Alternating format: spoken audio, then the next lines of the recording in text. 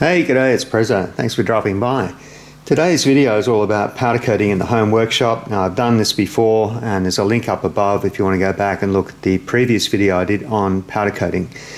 But this video in particular is about how to powder coat awkward parts. Now, this is an example of an awkward part.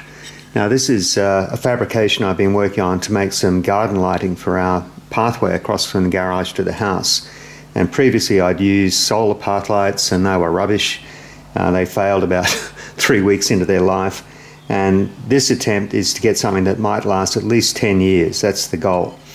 And these are fabricated from aluminium, from extrusions, from flat sheet and from casting.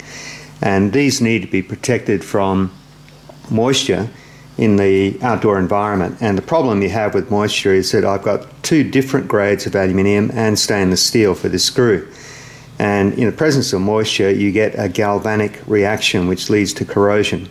So I want to be able to seal these from moisture, and but I also want them to have a decorative appearance. And when I buy powder coat these days, I usually buy 5 individual pounds. I'm in Australia, we deal in kilos, but I have to buy this from Prismatic Powders in the United States, and they sell it in pound lots. And if you check on their website, they sell a huge range. It's just almost unlimited what you can buy in terms of colours and textures and finishes. For me, it costs around about $14.50 US per pound, but by the time you convert that to Australian dollars and pay shipping, you can almost double that price. But just the same, a pound of the powder coat goes a long way. The pound that I bought to do these, and I've got to make 10 of these, it'll do all 10 and I'll have some left over, so I don't have a problem with that.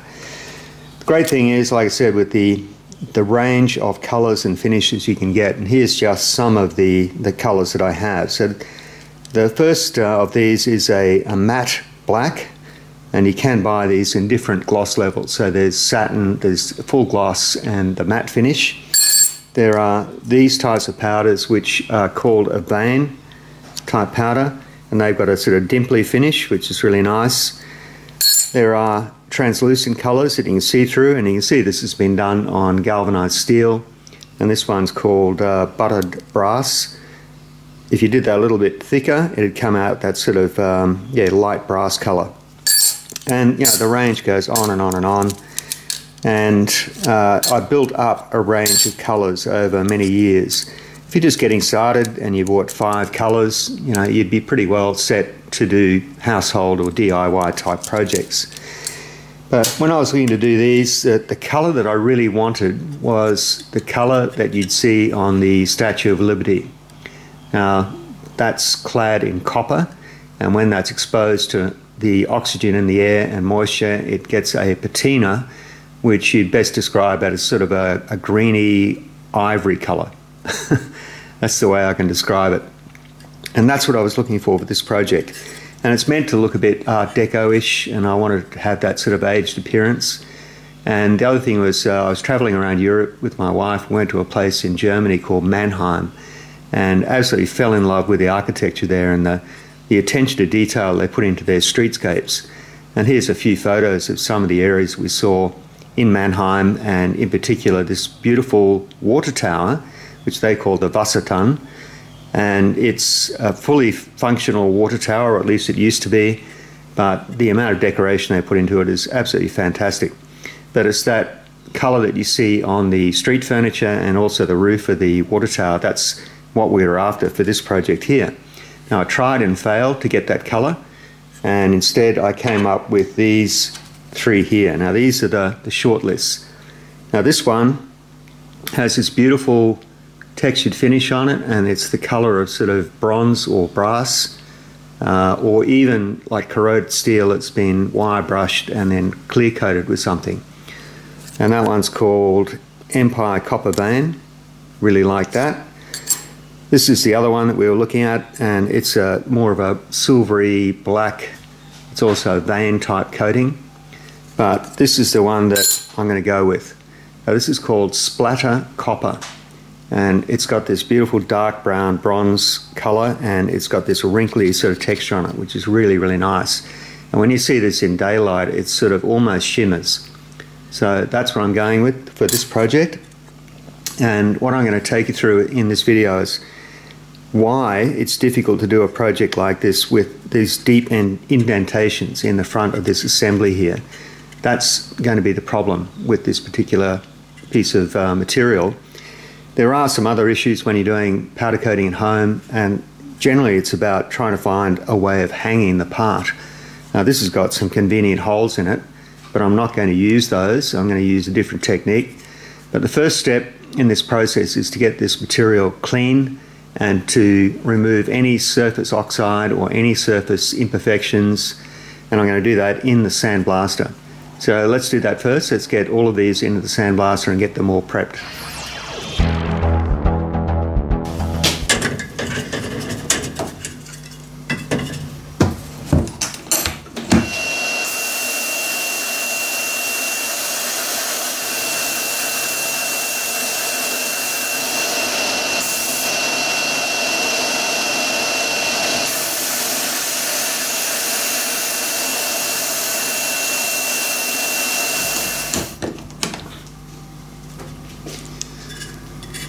Well, they're all done now, and the good thing about sandblasting is that it removes any surface oxide, any oil and grease, and it leaves behind a highly absorbent substrate.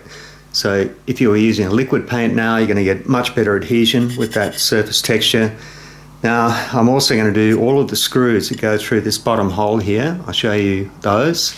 So these are stainless steel self-tapping screws, and I want to powder coat the heads of these. This is about protecting them, but also about getting a colour match between the screws and the actual body of the light.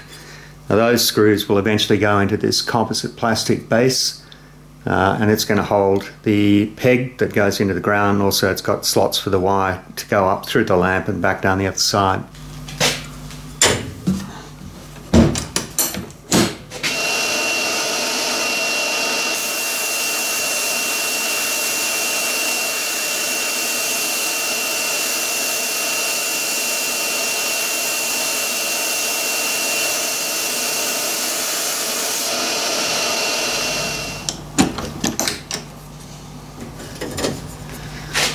Well, they're done now. They don't need any more surface preparation apart from just blowing down with compressed air to get rid of any grit. And they'll go into the powder coating oven just like that in that strip of material. Well, here's our part all ready for powder coat, and before I said that these things were going to be awkward to do. And the reason for that is because of these deep pockets in the bottom and the top of the assembly. Now, the thing about powder coating is that it's an electrostatic process. Now you may recall as a kid you could get a plastic comb, you could rub it on the woolen jumper that you were wearing, and you could pick up small pieces of torn up paper with it. Well, it's the same principle when you're doing powder coating. So the part is connected to an earth wire, and the powder is given a positive electric charge. And what the powder will want to do is be attracted to the metal part that's grounded. Now that's fine if you're dealing with flat surfaces like this. But when you've got these deep pockets, what happens is the powder will take the course of least resistance. So it will be attracted to this top edge here and this edge, and also maybe to the flat in the center of the pocket. But it will not want to go down into that sharp corner in there. And when you try to do a part like this, you'll get powder on all of it except for those little voids in those internal corners there. Now the same thing happens with these bars. The powder will start to go to the surface of that bar there, and then it will take the shortcut and go to the top edge, but it won't want to go all the way back into this recess here. Now this is one that I did early on just as a test, and this is like a very early prototype that I was working on. And I did this in the normal way, and you may be able to see that right at the back there, there's virtually no powder on that metal bar there.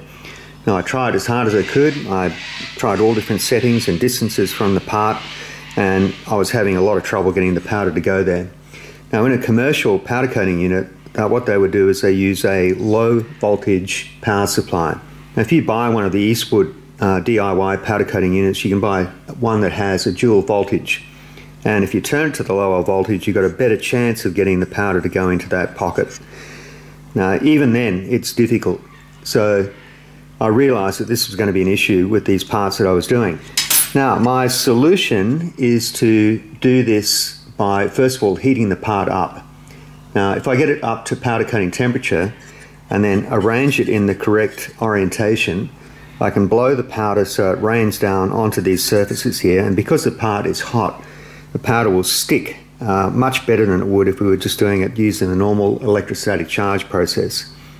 So that technique is called hot flocking, and it's a valid process. It's used by a lot of powder coaters, and in my case it's about the only way I'm going to get the powder to go into those difficult areas. But that means that you have to hold the part in a horizontal orientation. Now normally you would hang the part by an available pole, and that means that you can rotate it around and get the powder on all the parts. But if I was to do that, the powder would just simply flow down through these gaps and out the other end, and it wouldn't stick, or at least not where I want it to. Now to get around this, on the inside of these cap castings I drilled a hole and I threaded that, and then I've got a piece of steel wire with the matching thread on the end of it, and that can be threaded into that hole up through the center of the assembly. So when it goes into the oven, it's going to look like this. So now I've got something I can grip the part by and rotate it at the same time while I get the powder on there. Now there's another problem. This is going to be hot when it comes out of the oven, and unless I'm wearing gloves I won't be able to hold it.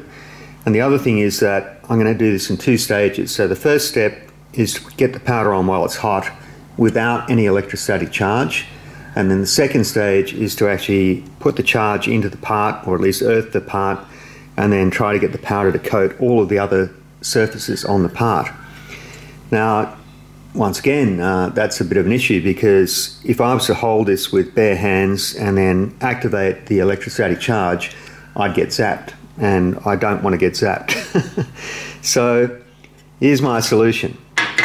Now I've got a pair of these vice grips, and I've ground a groove into one of the jaws there, and that's going to grip the end of the wire. And then I've got a wooden handle on that, so that I've got at least some chance of being insulated from that electrostatic charge when I powder coat the part. So it's going to work like this. So the vice grips go onto the wire. So now I can hold the part, but I can also rotate it, and I can also activate the electrostatic charge and be insulated from that charge. Now I've already tried it. It does work. It's very fiddly and it's very awkward, but I'm going to run you through the process and we'll see how it works. Yeah, I don't like getting zapped.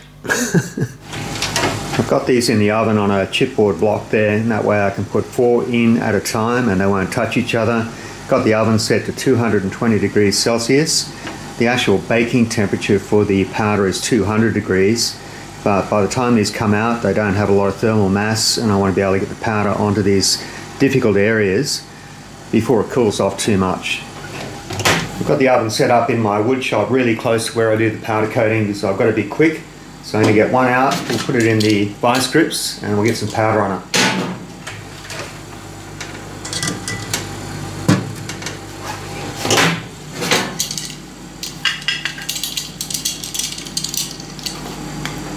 Okay, there it is. Let's go.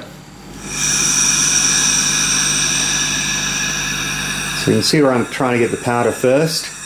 It's into those corners. Now just remember, there's no electrostatic charge yet. This is just the hot metal making the powder stick.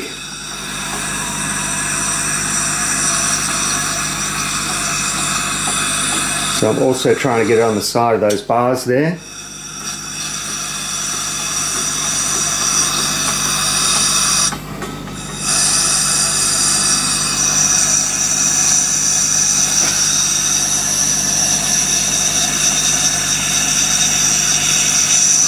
Now, if this metal were not hot, that powder would just sort of hit the metal and fall off again.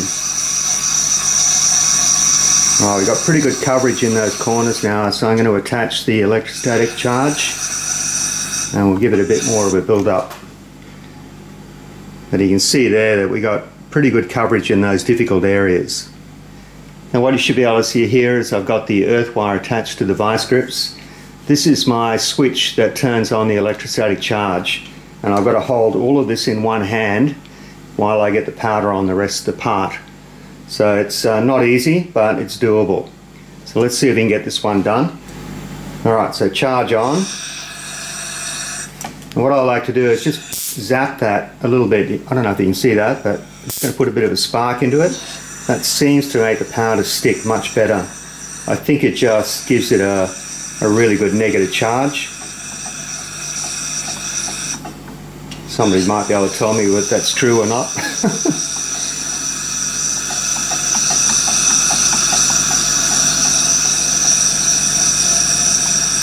Now this material has probably cooled down a lot by now. That's going on pretty good.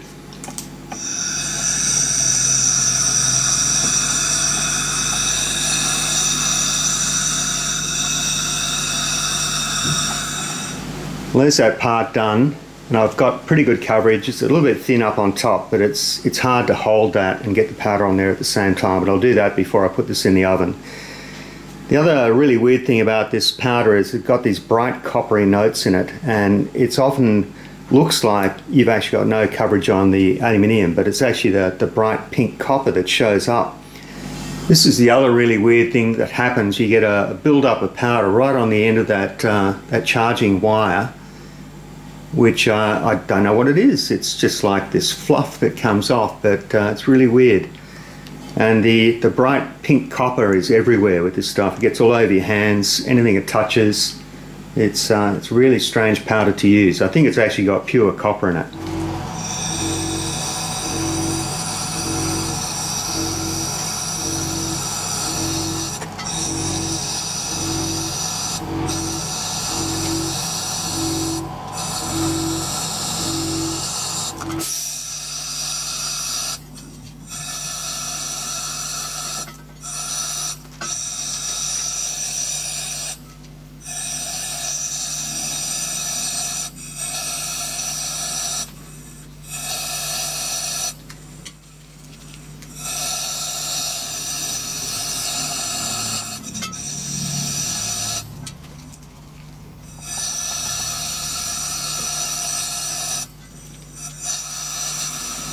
That one's pretty well covered. I'm actually surprised at how well this is working. And I've got 4 of these in a batch ready to go in the oven now. So let's do those, and then I've got a couple more to do after that. Okay, it's a batch of 4 we just did. The texture's just starting to show on those now, so they're not far off. I think they need about another 5 minutes.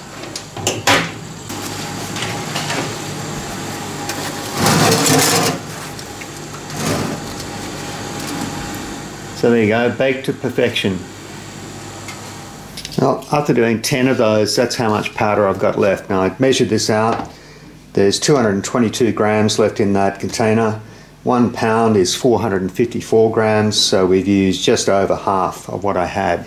But the thing is, most of it's on the floor.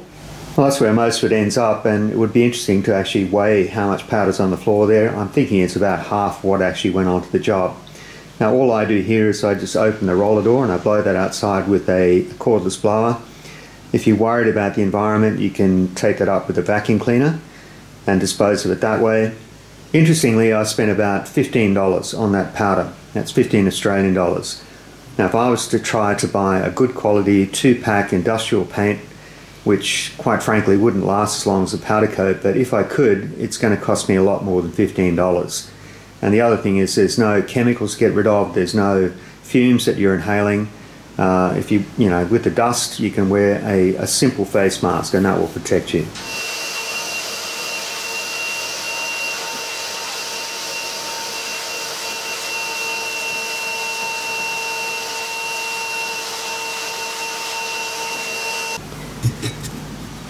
Well, there you go. What do you think? Really? That's a bit uncalled for. Okay, let's take it out the other bench, have a closer look. Okay, this is the area that I was most worried about when I was doing this powder coating, this internal corner here. And typically, if you do this with the electrostatic charge on and a high voltage gun, which is what I have, the powder gets repelled in that area there because of that Faraday cage effect. But you can see here that we've got a completely built up fillet in that area there.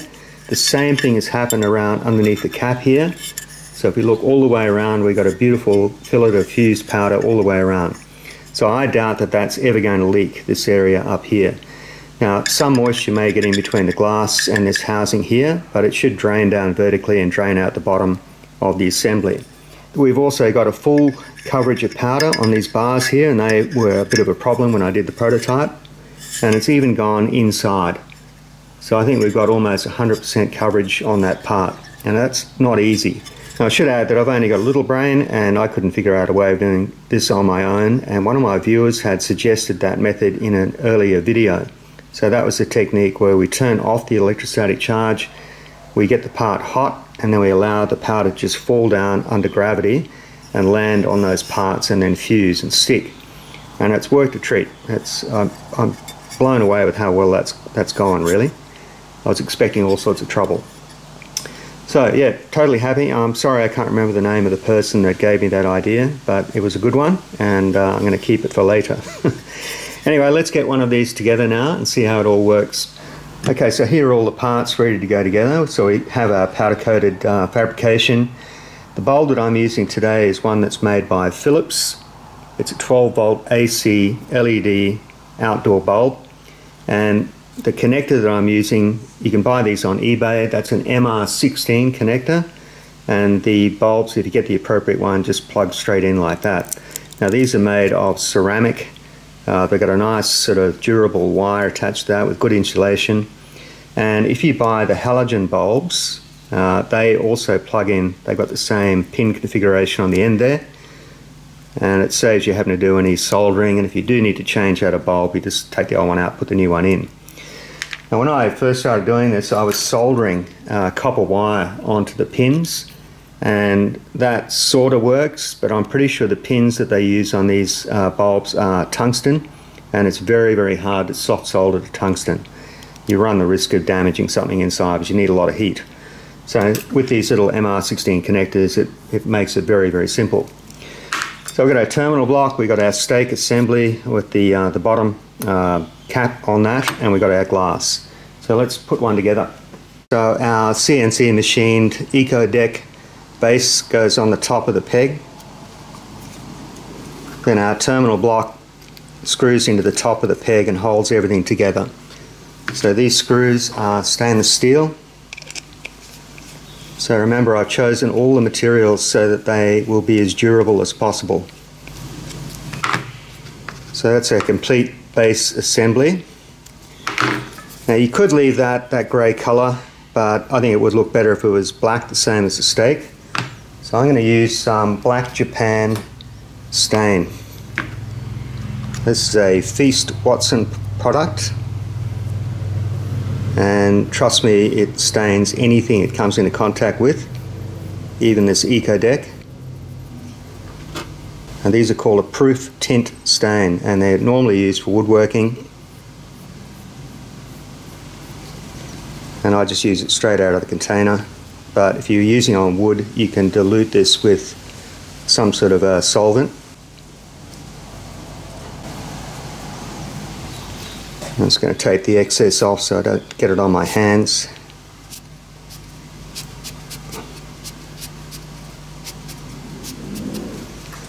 Now the glass fits inside with the sandblasted face on the inside, and it just slides up into a recess at the top.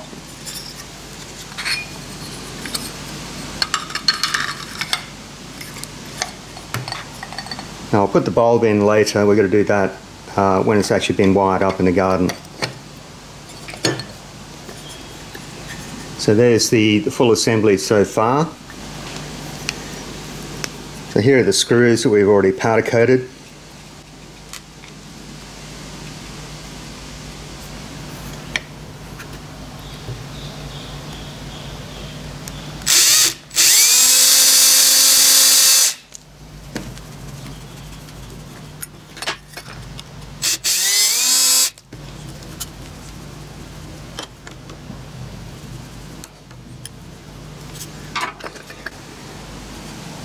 Alright, I think that looks good. The screws before were quite prominent and you can see them clearly. So we're going to get this one wired up in the garden. Now I was going to show you the whole installation in the garden, but to be honest there's nothing exciting or interesting about it. It's just a lot of bad language and me fiddling around with small wires and tools. It took a lot longer than I thought. So we're just going to speed through this bit, and now we're just waiting around for the timer to kick in. All the lights will come on. We'll see what it looks like as a finished installation. Oh, there you go. They're all wired up and running now. How do you think they look? Oh, you've got to be kidding me. They look nothing like a TARDIS. Bet you don't treat Jimmy DiResta this way.